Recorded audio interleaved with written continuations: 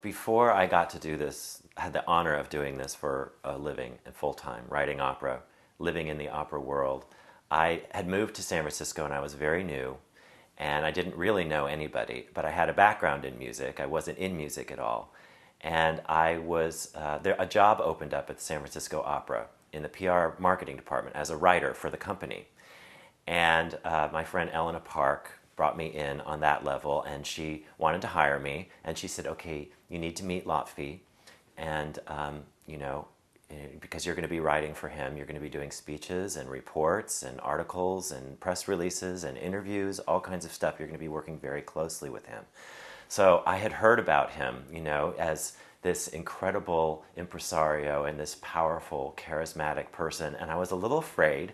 And I met him, and he made me feel so welcome with this magnetic personality and this charm and this humor. And yet there was a deep seriousness, but there was this passion and joy for it too. And he was so eager to welcome a new member to his team. And so he really embraced me and welcomed me to that family right away. And so my impression was, this really remarkable man.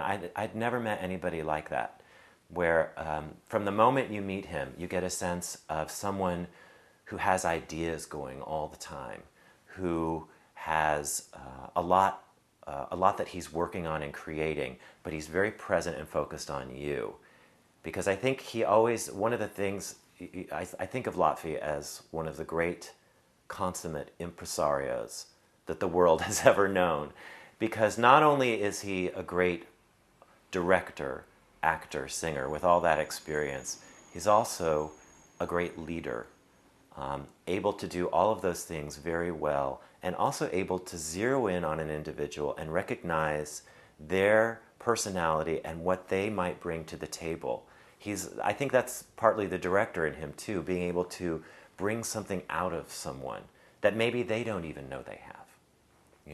And I think I got that impression from him right away, certainly from reputation and then meeting the man in person.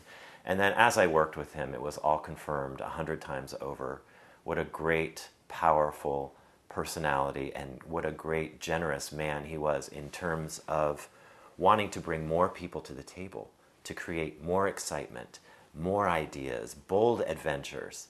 I was saying, I always thought of him as not only a leader, but an explorer.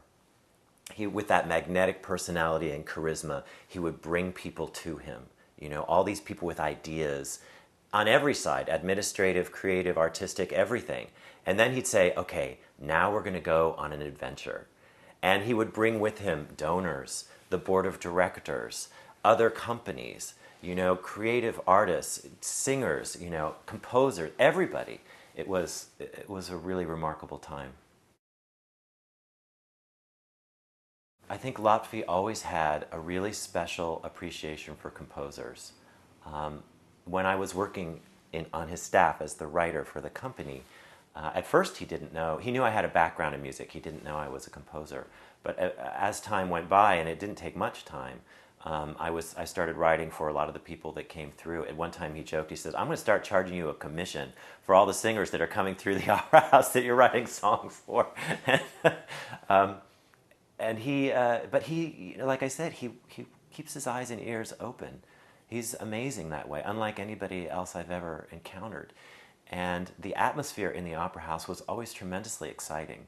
One of his big accomplishments was have the leadership and the vision and the ideas and the energy to take that company out of the opera house for an entire season into two venues that were not known for doing opera, the Orpheum and the Civic Auditorium, create exciting atmospheres, do unusual and standard rep in bold productions, and not lose really anybody in terms of subscribers or support, and then bring everybody back into a renovated, seismically refitted opera house.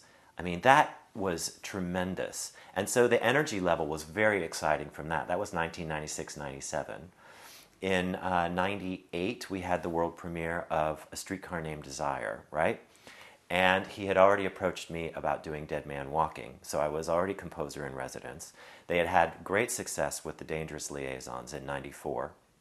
So there was a real excitement around the opera house about this kind of, again, this sense of adventure and exploration, bringing the great tradition of opera and taking it the next step, bringing every element that we have and moving it forward another step, and surrounding every project with tremendous talent. So Pacific Visions was really exciting because it was reaching out to all of Asia and throughout the Pacific, and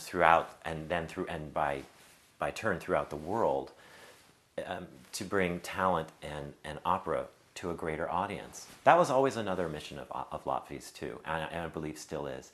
His motto was always, opera is for everybody. And he made sure that not only did we bring everybody into the opera house or give them an opportunity to come into the opera house, but to take opera in every possible form to the public, to communities, to schools, to senior groups, to shopping malls, to everywhere. And he was the face for that. He was the energy, the mind, and the voice for all of that. And it really did generate tremendous excitement and controversy, which was actually very good. That's very healthy to have some controversy involved too. He very, very smart man about all of that. But the honor of being part of that, not only on his staff, but then to be his composer in residence, to create this world premiere was mind-blowing.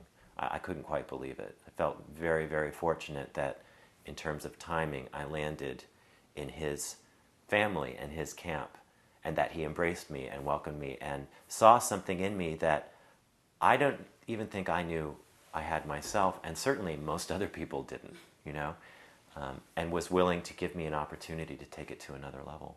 It was a really amazing time. I can't believe it's already been 11 years, 11 or 12 years. That's incredible. But Lotfi has created an operatic legacy that will endure in terms of talent, in terms of vision, in terms of administrative innovation, everything from the surtitles to the renovated opera house to enlarging the rep, and to the singers and directors and conductors and talent he nurtured all the way along, to his own personal vision as a director. There's just nobody like him.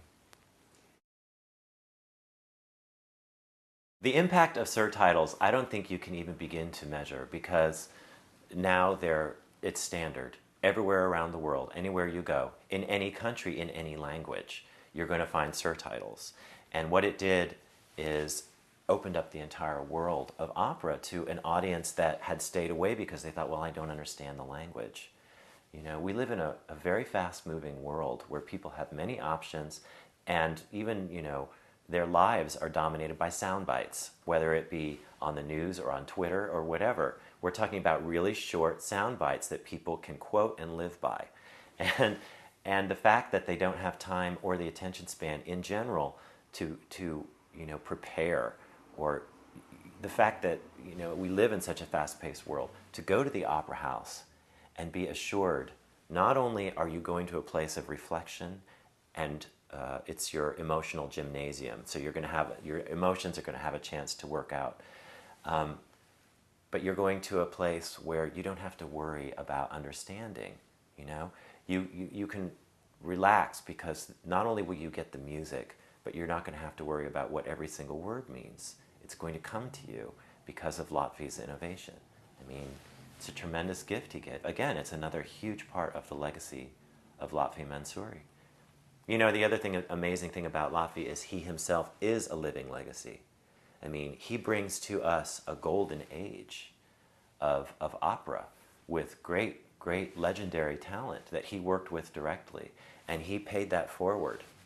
He made sure that people got the stories and were told and knew who these people were and what they were capable of doing, because he worked one-on-one with them and could bring that to a whole new generation of singers and conductors and directors. It's just remarkable. It's terribly moving. With a strong hand, but also with tremendous empathy.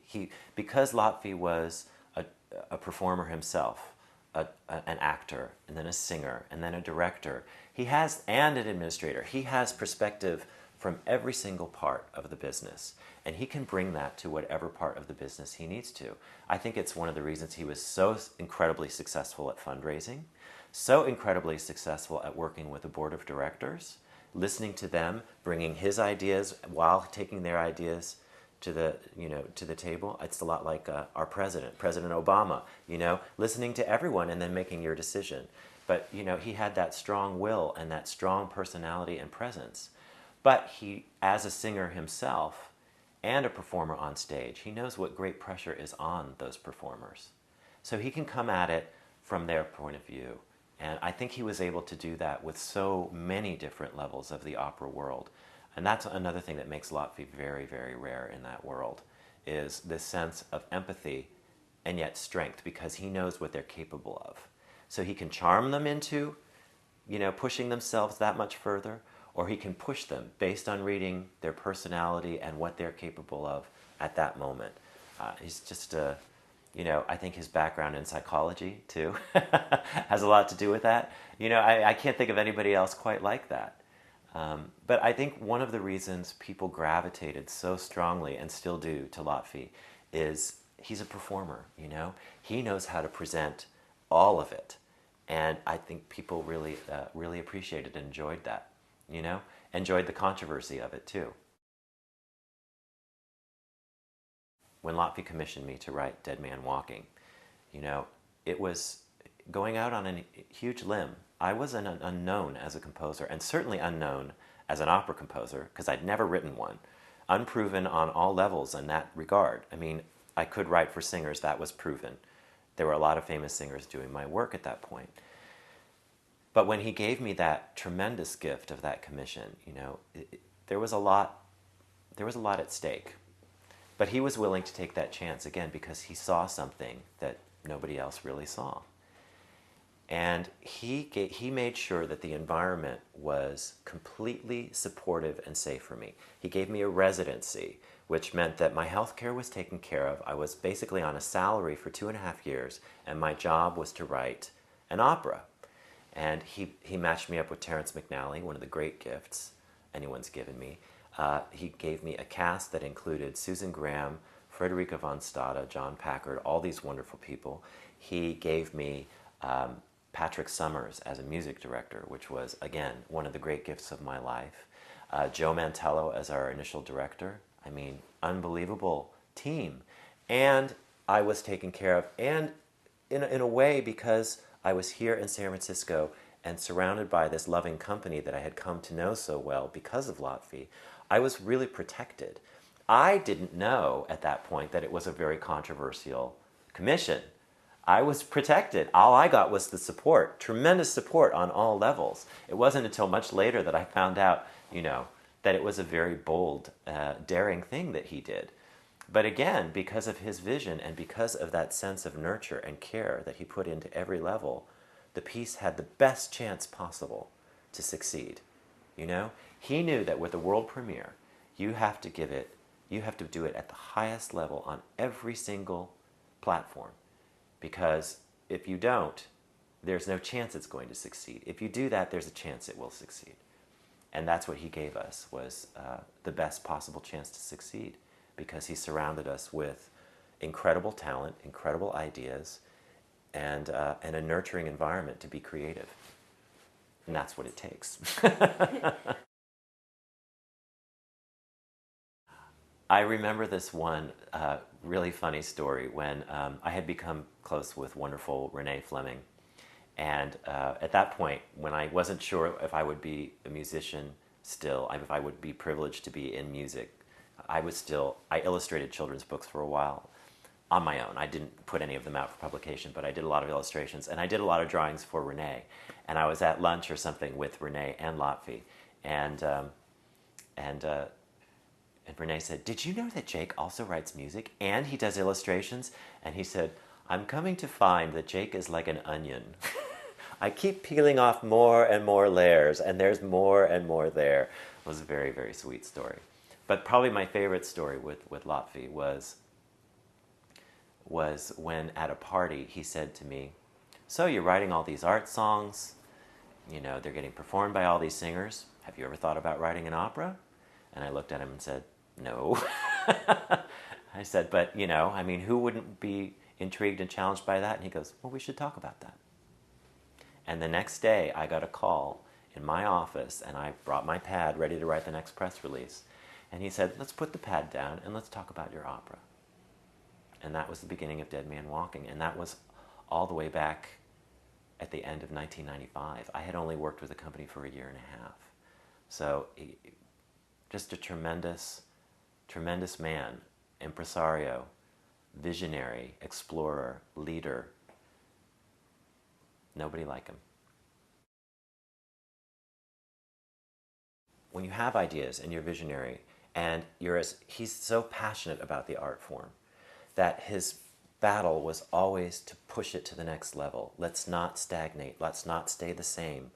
Let's take everything from the past, but let's take everything that's going on now and bring opera into the future, whether it's kicking and screaming, and step by step explore. Let's try something. Let's try opera in the Civic Auditorium instead of shutting down for a year. Let's try putting the orchestra behind and doing opera in the round and creating new productions for that space to keep the audience excited, to keep the art form lively. Let's do unusual productions. Let's do standard rep with real visionary directors and unusual casting, exciting casting. Let's bring Anna Netrebko for her American opera debut. Let's bring Valery Gergiev for his American debut. In 1994, my first year with the company, his idea was, let's do 7 new productions this year with one designer. Let's try it, what have we got to lose? We'll try it, we'll do it at the highest level possible, and then next year we'll look forward to something else. But it's always been looking to the future. Always, always, always. And that's a battle every single year, because there are a lot of people who feel only comfortable with the status quo. And we see that politically. We see it everywhere. Lotfi was never happy with the status quo. Always had to be, let's take the next step. Let's try it. Let's move forward. Let's go. That bold adventure where he led everybody out of the opera house for a year. I don't know that there's another leader who could have handled it quite the way he did.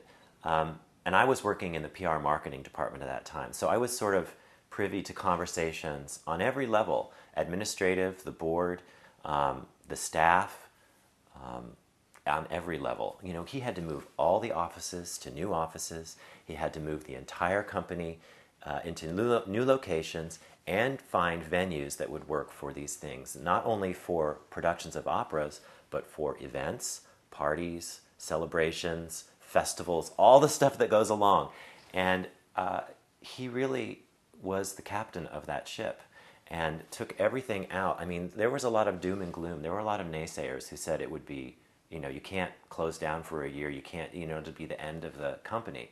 And so what he did was he used every resource to make it the most imaginative, creative, adventurous thing for everybody involved. And I think I succeeded so beautifully. And going back into the opera house, he made sure that the entire community was involved. They had an open house and an opera fair before going back in. And the entire community was welcome. There were tours through the opera house. You could watch performances going on.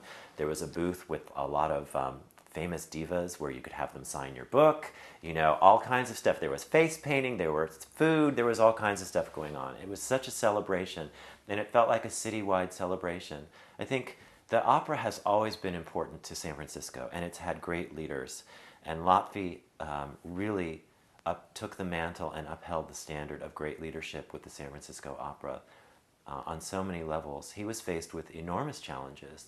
I mean, I think the year after he started was when the earthquake happened and threatened to shut things down. And he moved everything to a new venue right away so that nothing stopped. The show must go on has always been his motto, and he has been a prince at keeping that going. And he got us through, a very tough time. And I don't think the San Francisco Opera, certainly the Opera House and perhaps the company, would be the shining jewel that it still is today and will be through the future if it hadn't been for Lotfi's leadership. And he really just confronted the naysayers and said, we have to do it, we have to try, we have to go. Always his motto, go. Opera is for everybody. Let's take it out into the community and then bring everybody with us back into the opera house. And he did it.